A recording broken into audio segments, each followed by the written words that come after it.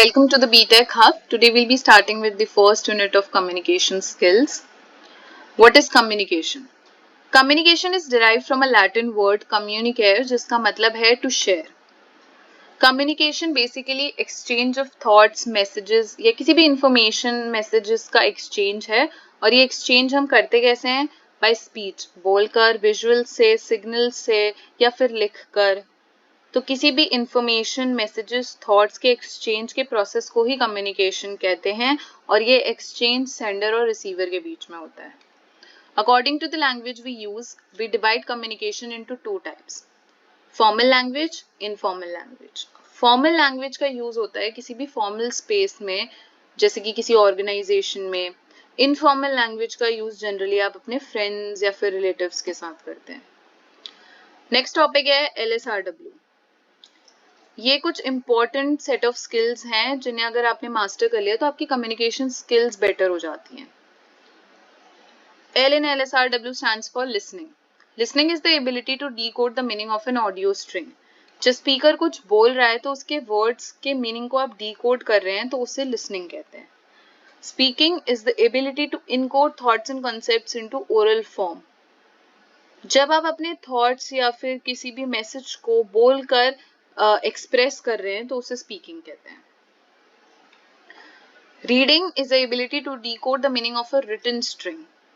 जब आप किसी भी रिटन फॉर्म में कोई मैसेज या इंफॉर्मेशन है तो आप उससे मीनिंग उसके वर्ड्स के मीनिंग डिकोड कर रहे हैं तो उसे रीडिंग कहते हैं.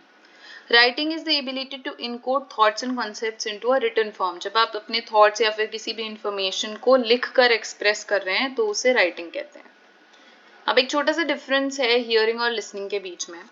हियरिंग क्या है? एक इनवॉलंटरी प्रोसेस है जिसे आप कंट्रोल नहीं कर सकते. लिसनिंग एक वॉलंटरी प्रोसेस है. हियरिंग में जब स्पीकर बोल रहा है तो आप उसके आप कुछ वॉइसेस या वर्ड्स सुन रहे हो पर आपको पता नहीं है कि उसका मतलब क्या है. लिसनिंग में आप स्पीकर जो बोल रहा है उसके वर्ड्स को कॉम्प्रिहेंड कर रहे हो तो आपको मतलब भी पता चल रहा है. That is listening. Business communication. Business communication क्या है? जहां पर इंफॉर्मेशन शेयर हो रही है दो लोगों के बीच, भले ही वो ऑर्गेनाइजेशन के विद इन हो या फिर आउटसाइड हो, और इस जो इंफॉर्मेशन शेयर हो रही है उसका सोल पर्पस क्या है? Commercial benefit of the organization. इसी को बिजनेस कम्युनिकेशन कहते हैं. Importance of communication. कम्युनिकेशन की इंपॉर्टेंस क्या है? इन द प्रोफेशनल वर्ल्ड में कम्युनिकेशन जो है एक इंसान का करियर कर्व डिसाइड करती है. जितनी अच्छी कम्युनिकेशन स्किल्स होंगी उतना ज़्यादा ही आप सक्सेसफुल होंगे. नए ग्लोबल और डाइवर्स वर्क प्लेस में बहुत ज़्यादा इम्पॉर्टेंट हो जाता है कि आपकी कम्युनिकेशन स्किल्स अच्छी हों, बोथ स्पोकन एंड रिटन. ये एक फॉर्मेट है जिसमें आप बेसिकली कम्युनिकेशन का एक फॉर्मेट है जहाँ पे सेंडर इनकोड करता है मैसेज, रिसीवर डीकोड करता है और जो रिसीवर है मैसेज डीकोड करने के बाद अपना फीडबैक सेंडर को भेजता है. Next is role and importance of communication. अब कम्युनिकेशन की क्या इम्पोर्टेंस है? First, exchange of information and opinion. Communication basically एक प्रोसेस है जिससे हम अपनी इंफॉर्मेशन और ओपिनियंस, अपने आइडियाज को एक्सचेंज करते हैं एक दूसरे के साथ. Second, growing sizes of organization. जैसे जैसे ऑर्गेनाइजेशंस बड़ी हो रही हैं, ग्लोबली एक्सपैंड हो रही हैं, तो डाइवर्स बैकग्राउंड्स के लोग एक साथ आके काम करते हैं तो वहाँ पर बहुत ज़रूरी हो जाता है कि आपकी कम्युनिकेशन स्किल्स अच्छी हों ताकि आप एक दूसरे के टच में रहें और एक दूसरे को डायरेक्शंस सेंड करें तो कोई दिक्कत ना आए. थर्ड है कट थ्रोट कॉम्पिटिशन. तो ऑर्गेनाइजेशंस में आजकल कंपटीशन भी बहुत है तो आपके लिए बहुत ज़रूरी है जब आप अपने आप को एडवर्टाइज या पब्लिसाइज कर रहे हैं तो आपकी जो कम्युनिकेशन है वो बहुत परसुएसिव हो. इस कंपटीशन को सरवाइव करने के लिए बहुत इंपॉर्टेंट है. Motivation and morals. कम्युनिकेशन जो है बहुत इंपॉर्टेंट रोल प्ले करती है लोगों को इंस्पायर एंड मोटिवेट करने के लिए बिकॉज यहाँ पे वर्ड्स से ही खेलना होता है. डेवलप प्रोफेशनलिज्म इन स्टूडेंट्स. आगे जाकर स्टूडेंट्स कोई भी करियर ऑप्ट कर सकते हैं, कोई भी फील्ड में जा सकते हैं, डॉक्टर बन सकते हैं, टीचर बन सकते हैं, डिफरेंट फील्ड्स होंगे पर हर जगह उन्हें लोगों से डील करना होगा तो उनकी कम्युनिकेशन स्किल्स अच्छी होनी ज़रूरी है. तो एक सेंस ऑफ प्रोफेशनलिज्म भी आ जाता है बच्चों में इसकी वजह से, कम्युनिकेशन स्किल्स डेवलप करने से. Types of communication on the basis of relationship element हमारे पास 4 हैं, इंटरपर्सनल, इंट्रापर्सनल, ऑर्गेनाइजेशनल और mass communication. On the basis of channels, verbal, non-verbal, on the basis of purpose and style, formal or informal. On the basis of direction, one way, two way, upward, downward and lateral. First, interpersonal communication क्या है?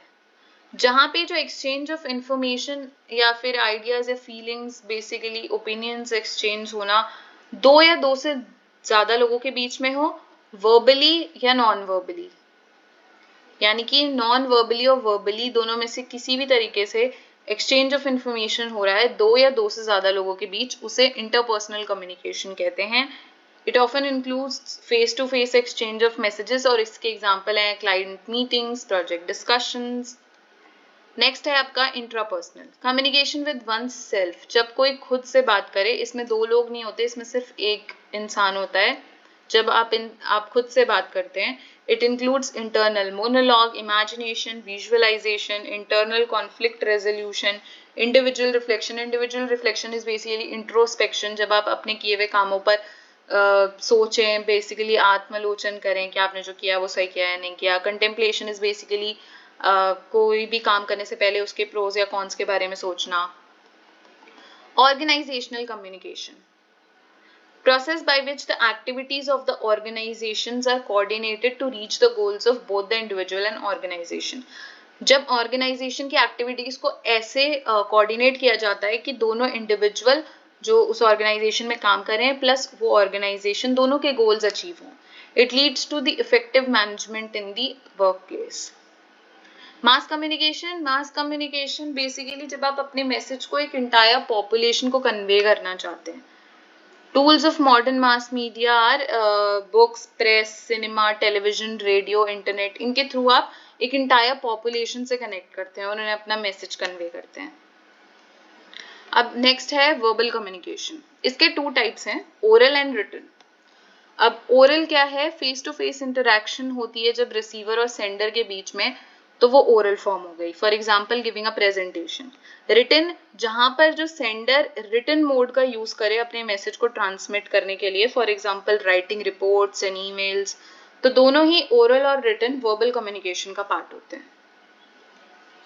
Next non verbal communication, जहां पे message communicate हो रहा है बिना किसी word के यूज हुए बिना, मतलब message is converted without using a word. इस प्रोसेस में कुछ नॉन वर्बल क्यूज यानी नॉन वर्बल एक्सप्रेशंस का यूज किया जाता है मैसेज को ट्रांसमिट और रिसीव करने के लिए. और ये नॉन वर्बल क्यूज क्या होते हैं, उनके कुछ एग्जांपल्स हैं facial expressions, posture, eye contact, walk, voice, sign language, pitch, voice modulation etcetera. इन्हीं को एक्सप्लेन किया है. Posture is basically the way you sit और स्टैंड. आई कांटेक्ट बताता है कि आप किसी की बात में कितना इंटरेस्ट ले रहे हो, या अगर आई कांटेक्ट नहीं मेंटेन कर रहे तो इंटरेस्टेड नहीं हो उसमें. Kinesics is the study of body movement. जो जितने भी आपने देखा होगा कोई स्पीच देते हुए या फिर कुछ एक्सप्लेन करते हुए, प्रेजेंट करते हुए डेलिबरेट हैंड जेस्चर्स करते हैं लोग. हेड मूवमेंट बेसिकली नॉड करना. ये सारे जो बॉडी के मूवमेंट्स होते हैं ये कुछ ना कुछ आपके इंटरनल इमोशंस को रिफ्लेक्ट करते हैं, तो इन्हीं की स्टडी को काइनेसिक्स कहते हैं. Proxemics is the measure of physical distance. ये पर्सनल स्पेस क्लोजनेस से डील करता है. Paralanguage quality of your voice like loudness और टोन ऑफ द वॉइस, इस सब से डील करता है.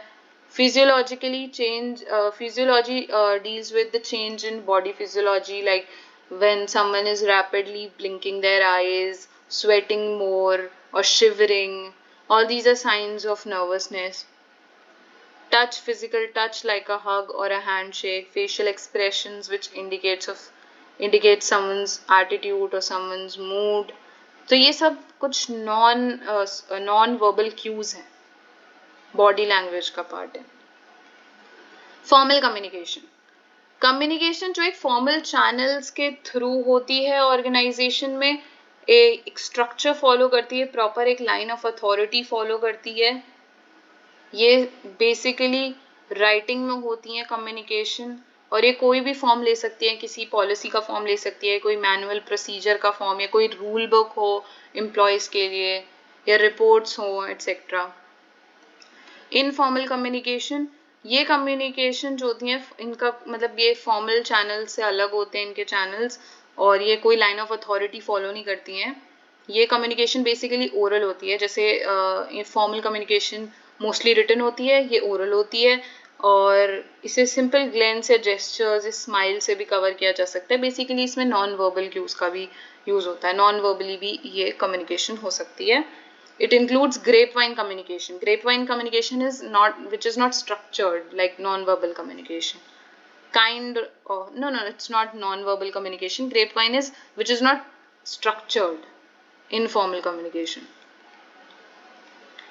Formal communication follows an official channel. It's planned, systematic, goal or task oriented, impersonal, stable and structured. ये ऑथेंटिक होती है फॉर्मल लैंग्वेज, इसमें जो चांस होता है डिस्टॉर्शन का, ऑल्टरेशन का, वो बहुत कम होता है। और फॉर्मल कम्युनिकेशन काफ़ी स्लो और स्ट्रक्चर्ड होती है। वेयर एज इनफॉर्मल कम्युनिकेशन ये अनऑफिशियल चैनल फॉलो करती है, कट्स अक्रॉस फॉर्मल रिलेशनशिप्स, कोई हायरार्की नहीं होती है, और individual goal and need oriented होती है, पर्सनल होती है, सोशल होती है, काफ़ी फ्लेक्सिबल और इनस्टेबल होती है। और इनफॉर्मल कम्युनिकेशन जो है वो नॉन ऑथेंटिक होती है, तो इसलिए इसमें डिस्टॉर्शन के चांसेस बढ़ जाते हैं। फास्ट और अनस्ट्रक्चर्ड होती है इनफॉर्मल कम्युनिकेशन। इनफॉर्मल कम्युनिकेशन, अब यहाँ पे ग्रेप वाइन कम्युनिकेशन हम पढ़ेंगे, तो ये इनफॉर्मल होती है, stretches throughout the organization, या ऑर्गेनाइजेशन में थ्रू आउट स्ट्रेच होती है, ऑल डायरेक्शंस में, irrespective of the authority levels. और इसके केस को ट्रेस करना बिल्कुल ईजी नहीं होता। यहाँ पर कुछ ग्रेपवाइन पैटर्न्स हैं। एक तो है single strand, each tells one other, जहाँ पे एक जो है एक दूसरे को बातें बताते हैं, जैसे ए ने बी को बताई, बी ने सी ने डी को। गॉसिप, जहाँ पे एक इंसान ही सबको इंफॉर्मेशन पास कर रहा है, जहाँ पे जैसे ए है वो सबको इंफॉर्मेशन पास कर रहा है। क्लस्टर, सम टेल्स सिलेक्टेड अदर्स, ये बहुत टिपिकल होता है, यहाँ पे एक इंसान कुछ सिलेक्टेड लोगों को बात बताता है, फिर उनमें से कुछ सिलेक्टेड लोगों को इंफॉर्मेशन पास करता है। Probability, each randomly tells others, तो कोई भी रैंडमली किसी को इंफॉर्मेशन पास करता है, that's probability. One way communication, अब यहाँ से on the basis of direction communication start हो गई है। One way communication, transfer of information in one direction from the sender to the receiver, जहाँ पे जो इंफॉर्मेशन का ट्रांसफर है वो एक ही डायरेक्शन में हो रहा है, सेंडर टू रिसीवर। रिसीवर के पास यहाँ पे चांस नहीं होता वन वे कम्युनिकेशन में फीडबैक देने का। For example weather report on TV पे वेदर रिपोर्ट आ रही है, सेंडर ने अपना मैसेज पास कर दिया, अब रिसीवर तो नहीं अपना फीडबैक दे रहा है, तो ऐसी कम्युनिकेशन को वन वे कम्युनिकेशन कहा जाता है, जहाँ पे रिसीवर अपना मैसेज ट्रांसफर नहीं करता, एक सिंगल फ्लो में चल रही है इंफॉर्मेशन, वापस इधर नहीं जाएगी। Two way communication, transmission in which both parties are involve to transmit information, तो जहाँ पे टू वे कम्युनिकेशन होती है, जहाँ पे जो ट्रांसमिशन है वो दोनों पार्टीज इन्वॉल्व हैं इंफॉर्मेशन ट्रांसमिट करने में। इसका एग्जांपल हो गए chat rooms, instant messaging, telephone conversation. अब नेक्स्ट आ जाती है अपवर्ड कम्युनिकेशन।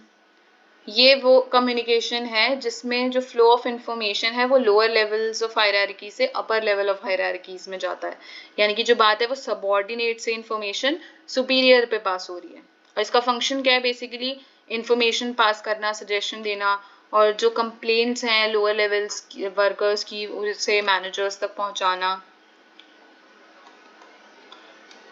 ये स्लाइड रिपीट हो गई है। ओके, नेक्स्ट है downward communication.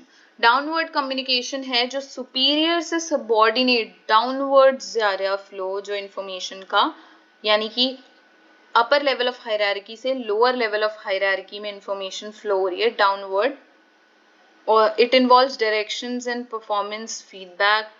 The downward flow of communication generally corresponds to the formal communication. Basically formal communication है क्योंकि इसमें डायरेक्शंस पास होती हैं, इसमें बेसिकली ऑर्डर्स दिए जाते हैं। लेटरल और हॉरिजॉन्टल कम्युनिकेशन, लेटरल और हॉरिजॉन्टल कम्युनिकेशन वो कम्युनिकेशन है जो सेम लेवल ऑफ वर्किंग पे होती है, उन एम्प्लॉयज के बीच में होगी जिनकी सेम लेवल ऑफ हायरार्की है, सेम लेवल पर काम करते हैं। The main use is to maintain coordination and review activities assigned to various subordinates. इसका basically काम coordination बनाना होता है और review करना होता है subordinates के काम को. Body language. Next topic है body language. Why is body language important? Body language important क्यों है? People remember more of what they see than what they hear. तो लोग ज़्यादा वो याद रखते हैं जो उन्होंने देखा हो बजाय इसके कि जो उन्होंने सुना हो. जब वर्बल और नॉन वर्बल क्यूज कॉन्ट्राडिक्ट करते हैं एक दूसरे को, कॉन्ट्राडिक्ट करना इज बेसिकली जब वर्बल कम्युनिकेशन कुछ और कह रही है और नॉन वर्बल क्यूज कुछ और दर्शा रहे हैं, तो जब ये एक दूसरे को कॉन्ट्राडिक्ट कर रहे हैं तो जो लोग हैं, जो ऑडियंस है, वो आपके नॉन वर्बल क्यूज पे ज्यादा बिलीव करती है. अब बॉडी लैंग्वेज, यहाँ पे कुछ बॉडी मूवमेंट्स हैं जो पॉजिटिव माने जाते हैं, कुछ नेगेटिव माने जाते हैं. Head nodding,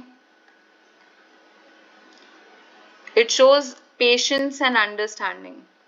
Maintaining eye contact, it shows your interest and confidence. Smiling genuinely, it shows your priority and warmth. Leaning forward shows your interest and your understanding.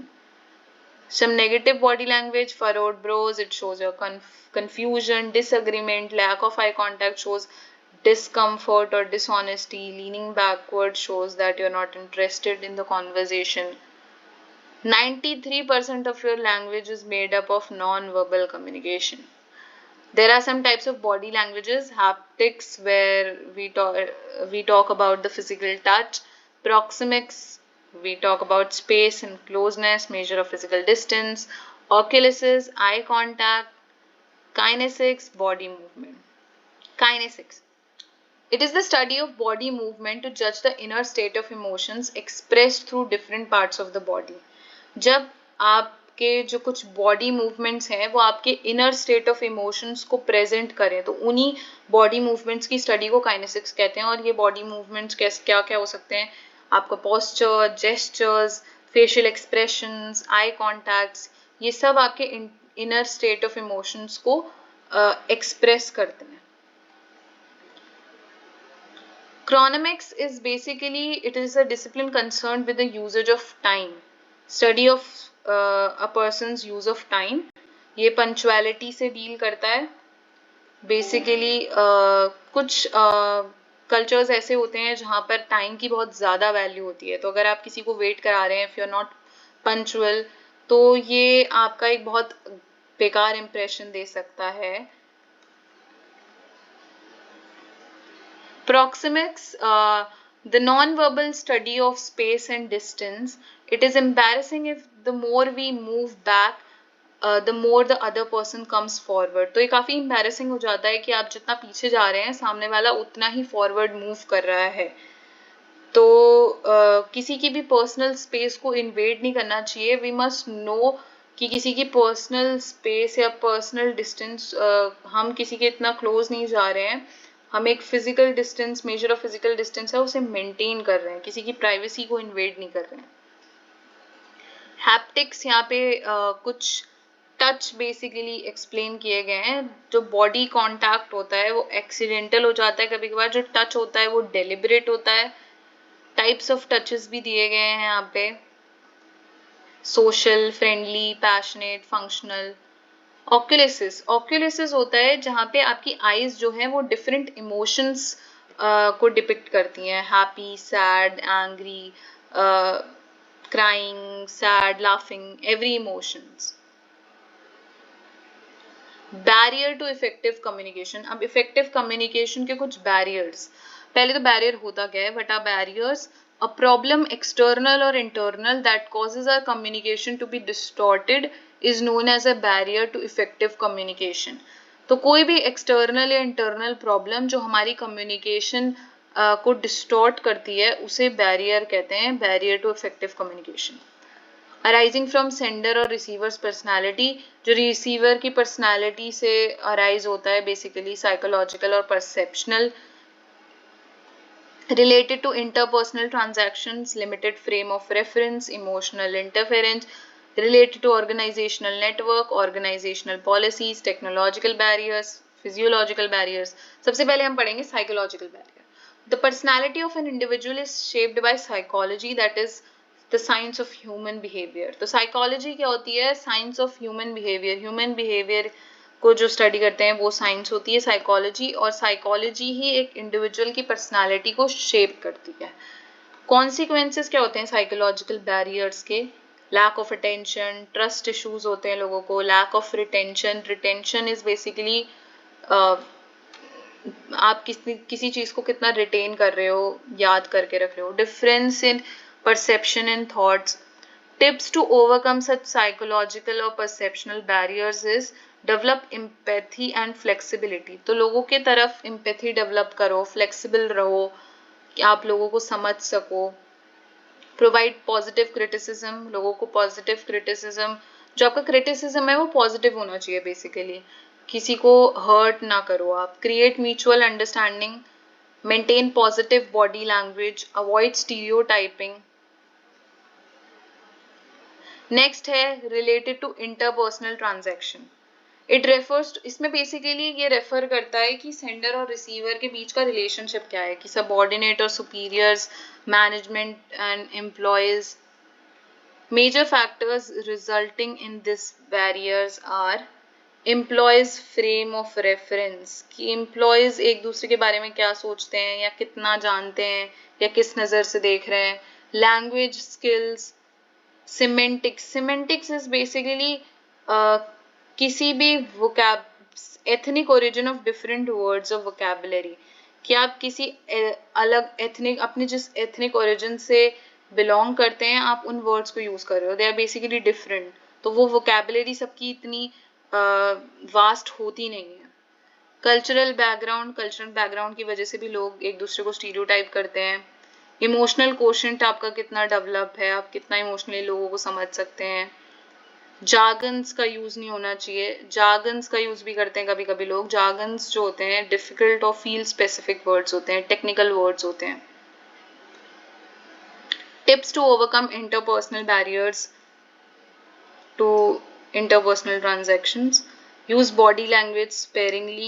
Avoid using jargons. Jargons का use मत करो. Respect the dissimilarities.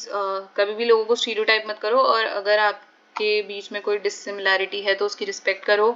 किसी के भी culture पर comment मत करो। एक work life balance बना के चलो।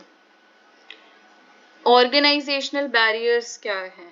Organisational policies and facilities. कभी कभी ऑर्गेनाइजेशन क्या पॉलिसीज और फैसिलिटीज रखता है अपने वर्कर्स के लिए, उससे भी काफ़ी बैरियर बनते हैं।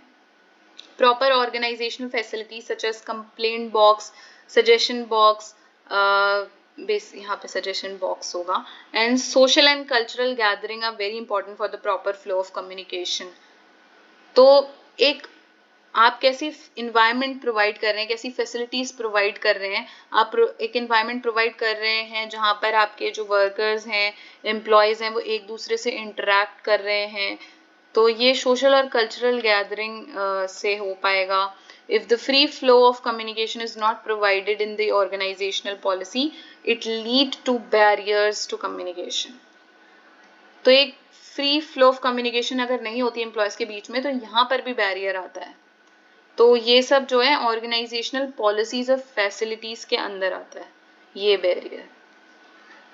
Various factors resulting in the barriers in an organization are hierarchical relationship, कि आपके सबऑर्डिनेट्स और सुपीरियर्स के बीच में रिलेशनशिप हेल्दी होनी चाहिए। उनकी रिलेशनशिप कैसी है, ये भी बैरियर्स बन जाते हैं कभी कभार। Lack of incentive, attitude of superiors, lack of awareness. Next है physiological barriers. Include problems related to sender or receiver's physiological state are disturbances caused by external factors. तो ये external factors से ये disturbances cause होती हैं receiver sender के physical state से। It is categorized under external barrier. इसे external barrier माना जाता है। Some of the main physical and physiological barriers are environment, distance और medium. आपका इन्वायरमेंट कैसा है, डिस्टेंस कितना है, मीडियम क्या यूज हो रहा है। थर्ड है technological barriers. Various technological equipments give precision in result and save our time and energy, but if not implemented properly it can prove useless as well. तो टेक्नोलॉजिकल इक्विपमेंट्स का सही use होना, इससे आपका टाइम भी बचता है। Reasons behind technical barriers are improper training, आपके एम्प्लॉयज में आपने उनको प्रॉपरली ट्रेन नहीं करा कि वो टेक्नोलॉजी का सही यूज कैसे करें। लिमिटेड रिसोर्सेज प्रोवाइडेड है और innovation, there is lack of innovation. Tips to overcome, तो ये टेक्नोलॉजिकल और फिजियोलॉजिकल बैरियर्स को आप ऑर्गेनाइजेशन के अंदर कैसे ओवरकम करेंगे। Maintain cordial relationships, cordial relations बनाइए। Choose proper medium and channel, एक प्रॉपर मीडियम और चैनल का यूज हो। Avoid sending long messages, messages जो हैं शॉर्ट एंड क्रिस्प होनी चाहिए इन्फॉर्मेशन, ताकि टाइम सेव हो। Use concrete words, concrete and strong words का यूज करिए। Communication mediums, a medium is the means of transmitting और कन्वेइंग अ मैसेज। एक मीडियम जो है वो एक मैसेज ट्रांसमिट करने का मीन्स होता है। Each medium has advantages in one situation and disadvantages in other. For example, few mediums are pictures, mail and telephones. तो किसी केस में एक हमारे लिए एडवांटेजेस भी हो सकता है, किसी फेज में डिसएडवांटेजेस भी होता है। पिक्चर्स, मेल्स और टेलीफोन के थ्रू हम इंफॉर्मेशन, मैसेजेस कन्वे कर सकते हैं, कम्युनिकेट कर सकते हैं। Characterization and choices of medium, अब आप अपने मीडियम को चूज कैसे करेंगे। There should be very aspects concerned for while choosing a particular medium. They are the type of audience you want to reach, आप किस टाइप के ऑडियंस को रीच करना चाहते हो। The speed with which the message should B conveyed, किस speed में होना चाहिए, जल्दी होना चाहिए तो आप उस टाइप का मीडियम प्रेफर करो।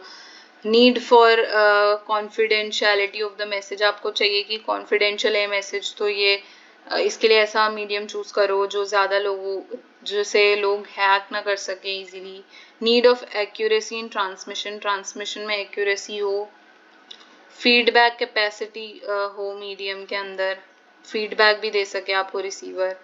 टाइप्स ऑफ कम्युनिकेशन मीडियम्स, अब कम्युनिकेशन मीडियम्स के टाइप क्या है। कुरियर से आप सेंडर और रिसीवर कम्युनिकेट कर सकते हैं, आप कुछ टेलीफोन से कर सकते हैं, cellular phone, email. 7 C's of effective communication, ये बहुत इंपॉर्टेंट टॉपिक है। अब इफेक्टिव कम्युनिकेशन के 7 C's क्या है। First C is clear, be clear about the goal and purpose of your message. तो आप जो मैसेज या फिर इंफॉर्मेशन ट्रांसफर कर रहे हैं उसका गोल आपको क्लियर होना चाहिए, कि आपकी इंफॉर्मेशन एकदम आपको पता होना चाहिए कि इसका पर्पस क्या है, क्यों भेजा जा रहा है message. Concise, keep your message short and simple, आपका मैसेज कंसाइज होना चाहिए, शॉर्ट एंड सिंपल होना चाहिए, ज़्यादा लंबी चौड़ी बात नहीं होनी चाहिए, ताकि रीडर, बेसिकली रिसीवर का टाइम वेस्ट ना हो। कॉन्क्रीट, जो आपकी इंफॉर्मेशन है या फिर आपका जो मैसेज है वो कॉन्क्रीट, क्लियर होना चाहिए, स्ट्रॉन्ग होना चाहिए, उसके साथ आप फैक्चुअल डिटेल्स प्रोवाइड कर सकते हैं। करेक्ट होना चाहिए, मेक श्योर योर मैसेज, जो आपका जो मैसेज है वो एक्यूरेट है प्लस ग्रामेटिकली करेक्ट है। Coherent, make sure the flow of your message is logical, logical flow है मैसेज का, मतलब बिगिनिंग कहीं से हो रही है, एंड कहीं हो रहा है, ऐसा नहीं होना चाहिए। जो फ्लो ऑफ मैसेज है वो लॉजिकल होना चाहिए। कंप्लीट होना चाहिए, ensure that the recipient has complete understanding of your message, जो आप मैसेज जो सेंडर देना चाह रहा है रिसीवर उसको वैसे ही परसीव करे, तो कंप्लीटली कुछ अधूरा ना रह जाए आपके मैसेज में। Courteous, your message should be polite, friendly and professional, तो आपका जो मैसेज है वो काफ़ी पोलाइट, आप फ्रेंडली उसमें पोलाइट होनी चाहिए, प्रोफेशनल होने चाहिए, बेसिकली कर्टसी भी होनी चाहिए आपके मैसेज के अंदर, आप कर्टियस होने चाहिए। नेक्स्ट आ जाता है आपके meetings and its types. Meetings are inevitable part of business organization. Their success depends on how they are conducted. तो मीटिंग जो है वो बिजनेस ऑर्गेनाइजेशन का बहुत इंपॉर्टेंट पार्ट है और उनकी सक्सेस डिपेंड करती है वो कैसे कंडक्ट की जा रही हैं। तो 3 कंपोनेंट्स हैं आपके टीम मीटिंग के, notice, agenda and minutes of the meeting. Notice क्या है। Notice is statement that contains the particulars of holding a meeting. It is a kind of request to the member for attending the meeting. The notice of meeting informs the members when and where the meeting will be held. तो notice basically क्या है, जिसमें आपको meeting के particulars दिए जाते हैं और आप सबको request करते हो कि आप meeting attend कीजिए. उसमें बताया जाता है meeting कब held होगी और कहाँ held होगी, और उसमें जो आपका meeting का purpose है वो भी दिया जाता है, जिससे पता चले कि आपकी meeting किस type की है. तो first title or type of meeting, date and time and place, agenda for the meeting कि meeting क्यों held हो रही है, and signature of the competent person. Notice of meeting, Companies Act.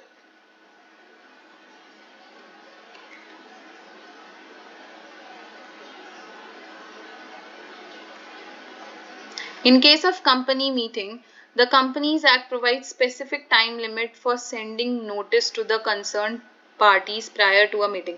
तो एक meeting होने से पहले, तो इस एक्ट के अकॉर्डिंग कोई भी मीटिंग होने से पहले कंसर्न पार्टी को नोटिस दिया जाएगा, और नोटिस कितने दिन पहले देना है मीटिंग के वो भी डिसाइड होता है. सो एक टाइम लिमिट है.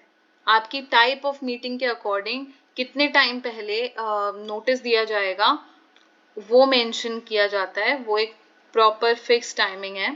Agenda is an official list of things to be done और dealt with at a particular meeting. तो एक पर्टिकुलर मीटिंग में आपको क्या करना है, क्या किया जाएगा उस मीटिंग में, उसकी लिस्ट ऑफ थिंग्स होती हैं. तो ये जो प्लानिंग होती है एजेंडा की, ये आपको मीटिंग से पहले करनी होती है. Importance of agenda. It informs the chairperson and participants of the purpose of the meeting. तो ये basically क्या होता है, आपको participants को और जो chairperson है meeting का, उसको पहले से meeting का purpose पता लग जाता है. तो वो उनको time मिल जाता है basically prepare करने के लिए कि उन्हें क्या basically meeting में अपना meaningful contribution देना है, उसके लिए उन्हें prepare करने का time मिल जाता है. और ये भी इंश्योर करता है एजेंडा कि अगर आपको एजेंडा पता है पार्टिसिपेंट्स को, तो कोई इधर उधर की बातें ना हो और रेलेवेंट जो मैटर है सिर्फ उस पर डिस्कशन हो उस पर्टिकुलर मीटिंग में. Minutes of meeting. अब मिनट्स ऑफ मीटिंग क्या होता है? Minutes of a meeting is a term which is used to refer to a written record of the official proceedings during a formal meeting. तो एक official जो meeting हो रही है, फॉर्मल मीटिंग, उसके दौरान जो भी ऑफिशियल प्रोसीडिंग्स हो रही हैं उनका एक रिटन रिकॉर्ड लिखा जाता है, एक रिटन रिकॉर्ड रखा जाता है, जिसको minutes of a meeting refer करते हैं. The minute taker may record the meeting in shorthand, then type the minutes and issue them to attendees afterwards. तो एक मिनट टेकर रखा जाता है जो बेसिकली कुछ शॉर्ट पॉइंट्स में इम्पॉर्टेंट चीजें मिनट जो मीटिंग में हो रही हैं उसको नोट डाउन करता है.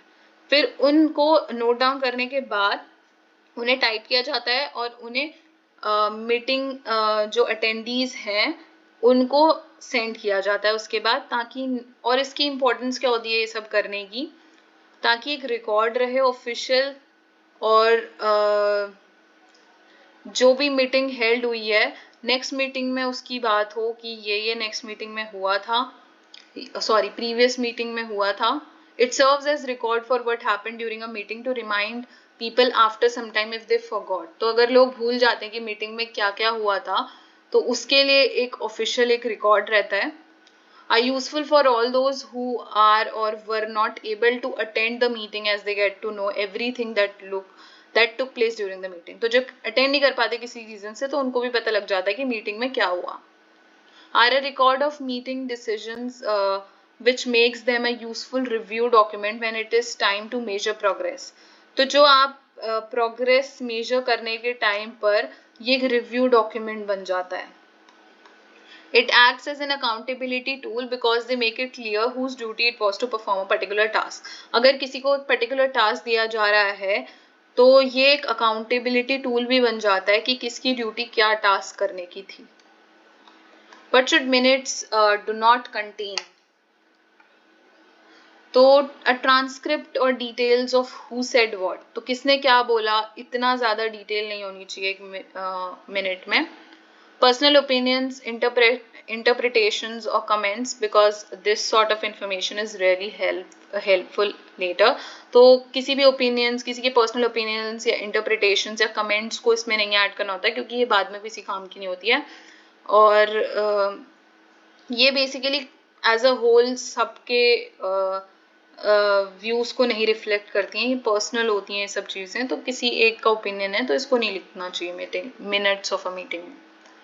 अब एजेंडा और मिनट्स में क्या डिफरेंस है? Agenda is a list of items to be discussed at a formal meeting. तो एजेंडा क्या है? एक लिस्ट ऑफ आइटम्स है जिन्हें हमें एक मीटिंग में डिस्कस करना है.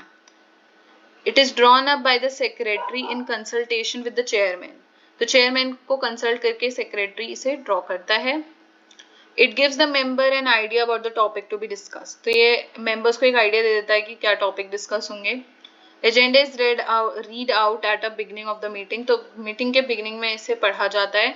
Agenda is written before the meeting. तो मीटिंग होने से पहले एजेंडा को लिखा जाता है. Agenda is generally written on a notice board और a hard copy is circulated to participants. However, with the onset of digital age, agendas are being shared by emails. तो एजेंडा पहले एक रिटन फॉर्म में notice board पर लगा दिया जाता है या उसकी हार्ड कॉपी पार्टिसिपेंट्स को भेज दी जाती है. Minutes, the official records of discussion held and decision taken at a meeting. They are generally written by the secretary of the organizational unit. जो मिनट्स जो होते हैं वो बेसिकली रिकॉर्ड होता है ऑफिशियल मीटिंग में क्या क्या हुआ उसका डिस्कशन होता है उसमें. ये जनरली जो ऑर्गेनाइजेशनल यूनिट होता है उसका सेक्रेटरी उसके द्वारा लिखे जाते हैं. They are the preservation of the resolution of the meeting for the future reference. Future reference के लिए एक प्रेजर्वेशन होता है. जो मिनट्स हैं उसे नेक्स्ट मीटिंग में रीड आउट किया जाता है. Minutes are prepared during the meeting. Minutes are written in the companies in the minutes book. Company की मिनट्स बुक में इसे लिखा जाता है और ईमेल्स के जरिए से सबको सर्कुलेट भी किया जाता है बाद में. अब हमारा एक बहुत इंपॉर्टेंट टॉपिक है ग्रुप डिस्कशन. इसके बारे में इससे रिलेटेड बहुत बार क्वेश्चंस आए हुए हैं. तो ग्रुप डिस्कशन और डिबेट साथ में ही डिस्कस कर लेते हैं. What's the difference between the two? So group discussion basically exchange of ideas, information, opinions, ideas और information का exchange होता है लोगों के बीच एक group of people में. Does not have two opposing sides. इसकी दो opposing sides नहीं होती. जिसके जो views होते हैं वो अपने views रखता है. Does not have conclusion. इसका कोई conclusion भी नहीं होता. ये काफी मतलब less formal होता है. It attempts to share knowledge, experience, information and opinions. इसका बेसिक जो अटेम्प्ट होता है वो नॉलेज, एक्सपीरियंस और इंफॉर्मेशन शेयर करना होता है, ओपिनियन शेयर करना होता है. Whereas debate is a formal contest of argumentation. तो ये कंटेस्ट टाइप होता है डिबेट जिसमें दो पार्टीज होती हैं. इसके दो अपोजिंग साइड्स होती हैं. इसका हमेशा कंक्लूजन होता है. ये काफी फॉर्मल होता है और इसका अटेम्प्ट होता है कि हर साइड अपने व्यू को करेक्ट करने में परसुएड करता है ऑडियंस को और अपने राइवल साइड को भी परसुएड करता है कि हमारी साइड सही है. Making presentation. अब प्रेजेंटेशन कैसे बनाते हैं? तो first step in making the presentation is to collect and evaluate the evaluation of information. तो पहला स्टेप होता है कि आप हर जगह से जितने भी सोर्सेज हैं, आपके बुक्स हो गए, इंटरनेट हो गया, इन सब से आप इंफॉर्मेशन कलेक्ट करें. फिर आप इंफॉर्मेशन को इवैल्यूएट करो. नेक्स्ट स्टेप होता है ऑर्गेनाइजेशन ऑफ इंफॉर्मेशन. अब हेडिंग्स, सब हेडिंग्स में आप इंफॉर्मेशन को बेसिकली एक आउटलाइन बनाओ, प्रॉपर हेडिंग्स, सब हेडिंग्स के साथ डेटा को ऑर्गेनाइज करो. विजुअल्स और ग्राफिक्स डिजाइन करो ताकि आपका जो बेसिकली प्रेजेंटेशन विजुअल्स और ग्राफिक्स से काफी इन्हांस हो जाती है. Interaction with audience. आपकी ऑडियंस के साथ इंटरैक्शन होनी चाहिए. एक प्रेजेंटेशन देते हुए आप जितना ऑडियंस के साथ इंटरैक्ट करेंगे उतनी आपकी जो है वो वैल्यू बढ़ती है.